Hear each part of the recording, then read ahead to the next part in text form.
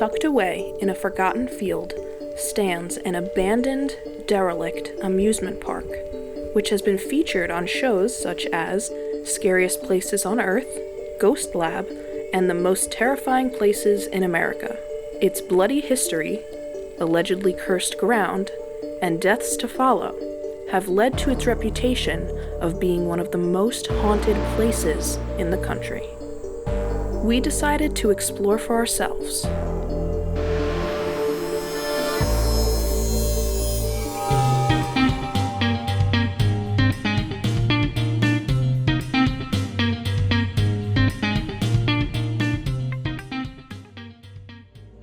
The rusting skeletal remnants and eerie atmosphere of Lake Shawnee Amusement Park in Rock, West Virginia is a reminder that no matter how much we build over the past, it can still come back to haunt us.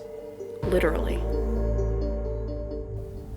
Hundreds of years ago, this land was inhabited by Shawnee Native Americans. Fast forward, and to quote author Rosemary Ellen Guiely, Mitchell Clay and his family, wife and 14 children, were the first white settlers in what became Mercer County. They set up their farm in an 800-acre area called Clover Bottom in 1775. Clay was a veteran of the 1774 Battle of Point Pleasant and also fought in the Revolutionary War. The deed to the land was given to Clay without any agreement having been made with the Shawnee. One summer day in the early 1780s, there was a massacre. There are variations of the story, but in each telling, a group of Shawnee brutally killed two of Clay's sons, Bartley and Ezekiel, and his daughter Tabitha. This has been historically verified. Mitchell Clay then tracked down the group and killed several of them in retaliation. The event became known as the Clover Bottom Massacre.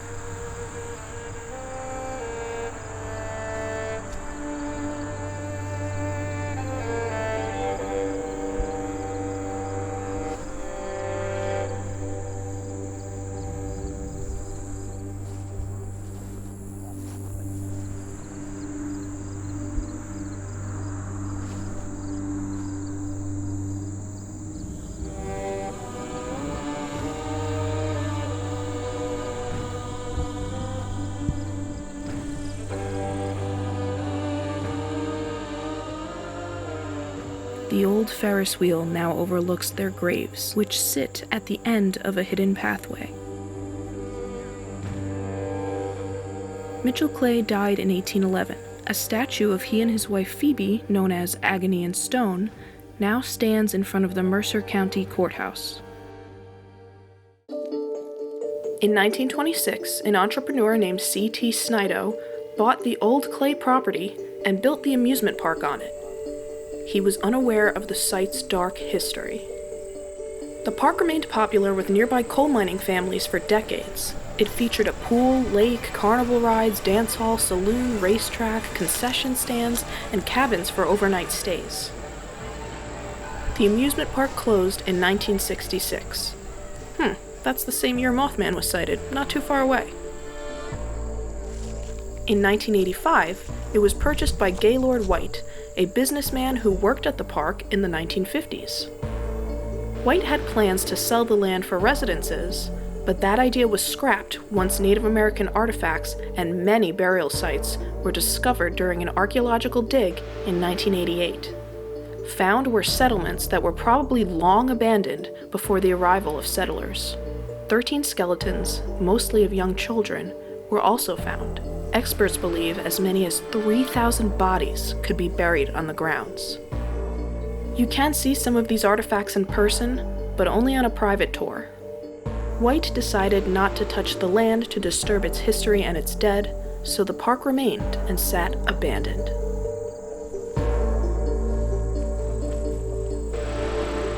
Vines and weeds now engulf the rides and attractions.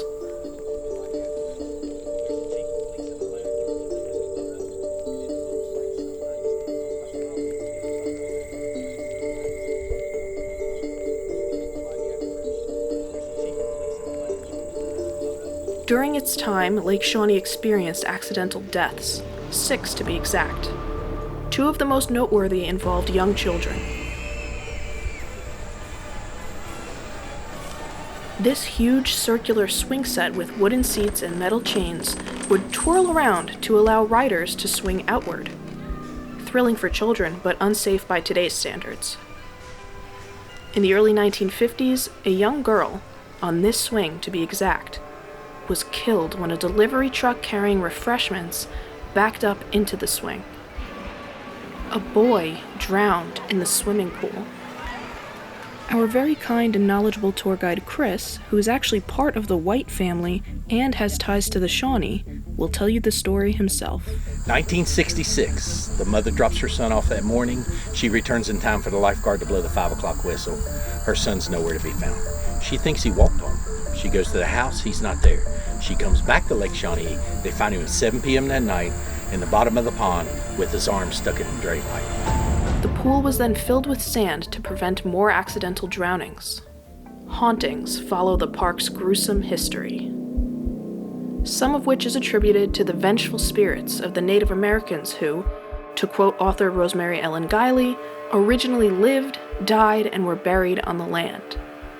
People hear disembodied voices and what sounds like natives chanting. Apparitions of natives have been seen throughout the old park grounds, especially around the concession stands.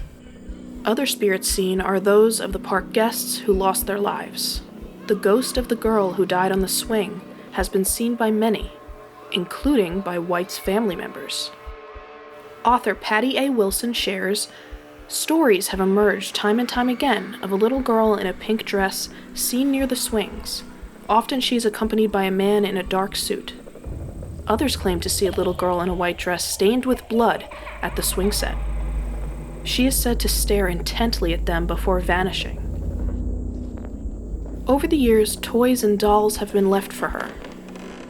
One time, the grounds were cleaned, dolls were removed, and a burn mark appeared in the ground near the swing set, seemingly in the shape of one of the stuffed animals. This whole story is told on the tour. They believe she wanted her dolls back. To this day, she still haunts the swings and communicates with the living, using various items left on the swings, such as this swinging bag,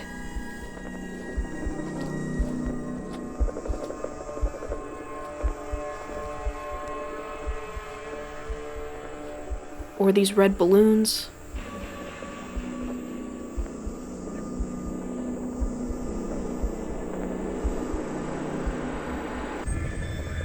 And before the pool where the boy drowned was filled with sand, a woman reported she was swimming and was almost pulled underwater by a mysterious force. So according to the paranormal investigators, they come in here, he hangs out at the front gate. They think it's cute that this kid has taken up on himself to keep this park safe. He's 8 years old, and he monitors everybody and makes sure everybody stays safe coming in and out of the park. The boy or other spirits seem to communicate by spinning this pinwheel on nights with no wind. On the tour, we were shown a video of this actually occurring.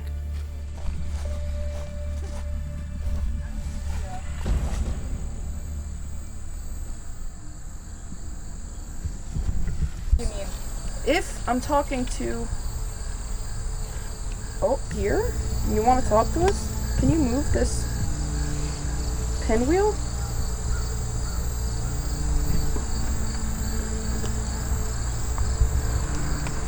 They're like, maybe next week. We're coming back. Apparitions of children are seen on the playground, on the slide. Images of those have been captured. There's an image of what looks like the ghost of a boy in the front seat of this bus.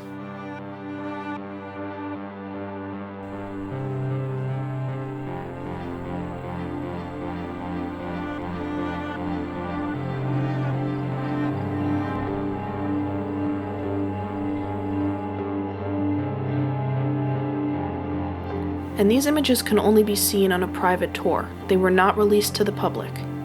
Videos too. One video we were shown was a heavy lap bar swinging open at 1 a.m. on a still night. There was no wind, no trees moving in the background. The apparition of a man is sometimes seen sitting in the Ferris wheel. Legends say a man died from falling off the wheel but it's not confirmed.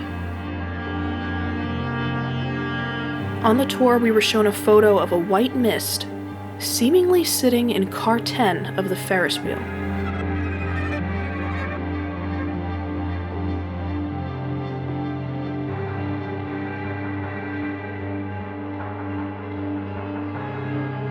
Guests and property owners still experience paranormal phenomena, such as doors opening and closing, lights and electronics turning on by themselves.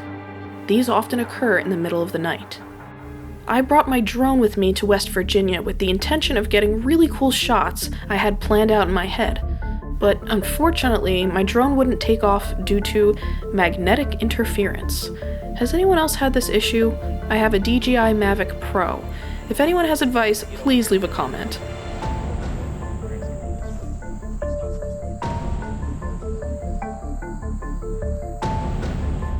This may have been the most bizarre place I've visited so far. We plan to go back with a larger group and do an extensive overnight investigation, where I'm confident we will get plenty of evidence from the other side. Please give this video a like if you're interested in that, and subscribe to this channel to see when we go. Thanks for watching.